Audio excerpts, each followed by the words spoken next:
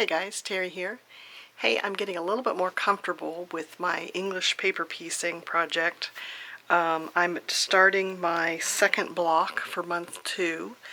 I have my templates organized in these. They came in a little pouch. I've decided to put the little templates with the paper pieces in the bags.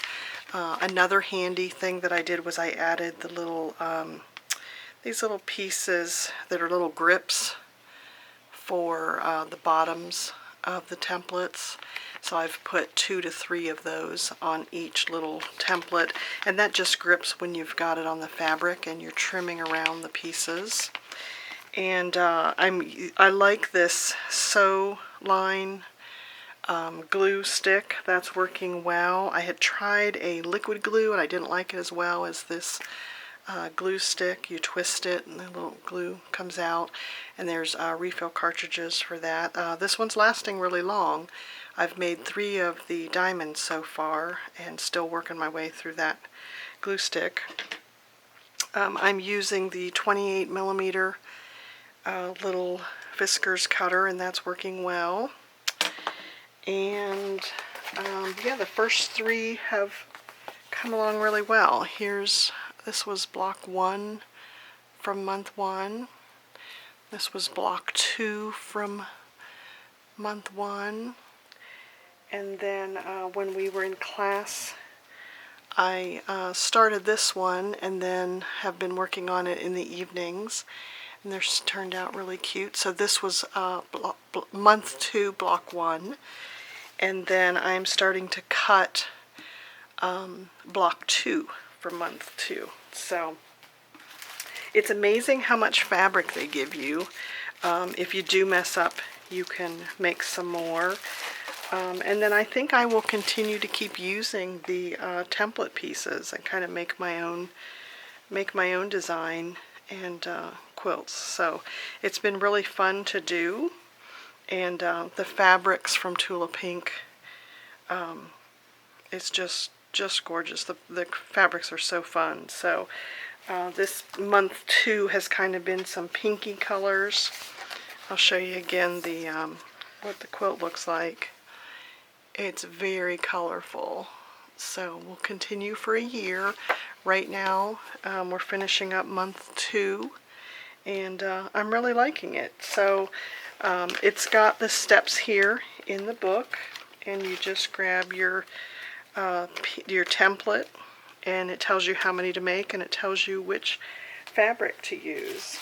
And then every once in a while, you know, the solid colors and the polka dots are really easy to cut, but then every once in a while, if you see this pattern here, if you can see this without the glare, so these little triangles that I'm going to do that have the rainbows on them, it looks really complicated to cut those like that, but what we're going to do is on that template piece, we're going to line it up on those rainbows on the fabric in the same spot, so that when we sew it, they all come together and look like that. So isn't that handy? It's going to look very tricky and complicated, but as we're doing it, it just is not that complicated. So on my little triangle piece here, if you look at that, let me put a dark behind here. If you look at that shape, inside the triangle is going to be what eventually is the shape that you see. So I want to make sure that my rainbow falls inside that line there. So I'll line this bottom line of the triangle up with the bottom of the rainbow. And as long as I do that for all 6 pieces, as I sew them together, they'll line up and look really cute. So love that about it. I'll have links on my blog post to these products that I showed, and to some of Tula Pink's videos, and also the company that's put this book together, which is called Pink Door Fabrics. So really love paper piecing. When you are after you've cut your shape and after you've glued in the paper, you put your two sides together and then you simply whip stitch along that.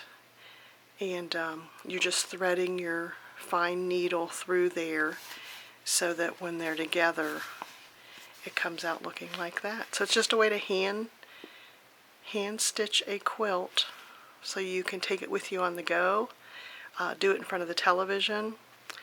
So it just works out really handy. I love it. And then we'll take the paper pieces out later on when we're attaching the, because when we peel this off, and that glue only is temporary, so it holds that paper, we'll be pulling out this piece of paper. Get all the glue unstuck. It comes apart really easy. And then you're just going to take that paper out. And if you're careful when you take it out, you can reuse these. And I have been reusing them. And you can see that your fabric kind of stays in that shape, but we're going to sew the outside borders to these, the sashing they call it. We'll sew those, sashing all along the blocks, and then we'll put those blocks together and make a great big quilt. So the paper is in there so that it's nice and stiff when you're whip stitching the pieces together, but then the paper is no longer needed.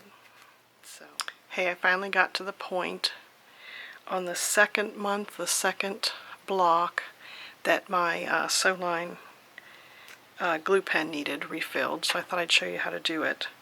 I've extended the glue stump there all the way, and if I take off this piece here, there's a little plastic piece that remains, so I'm taking this piece out. To clean the end of this, I simply took like a scrap piece of fabric and just wiped around there, because you do get glue globbed around it. And then this is what the refill looks like for the pen. Take off this little pink cap,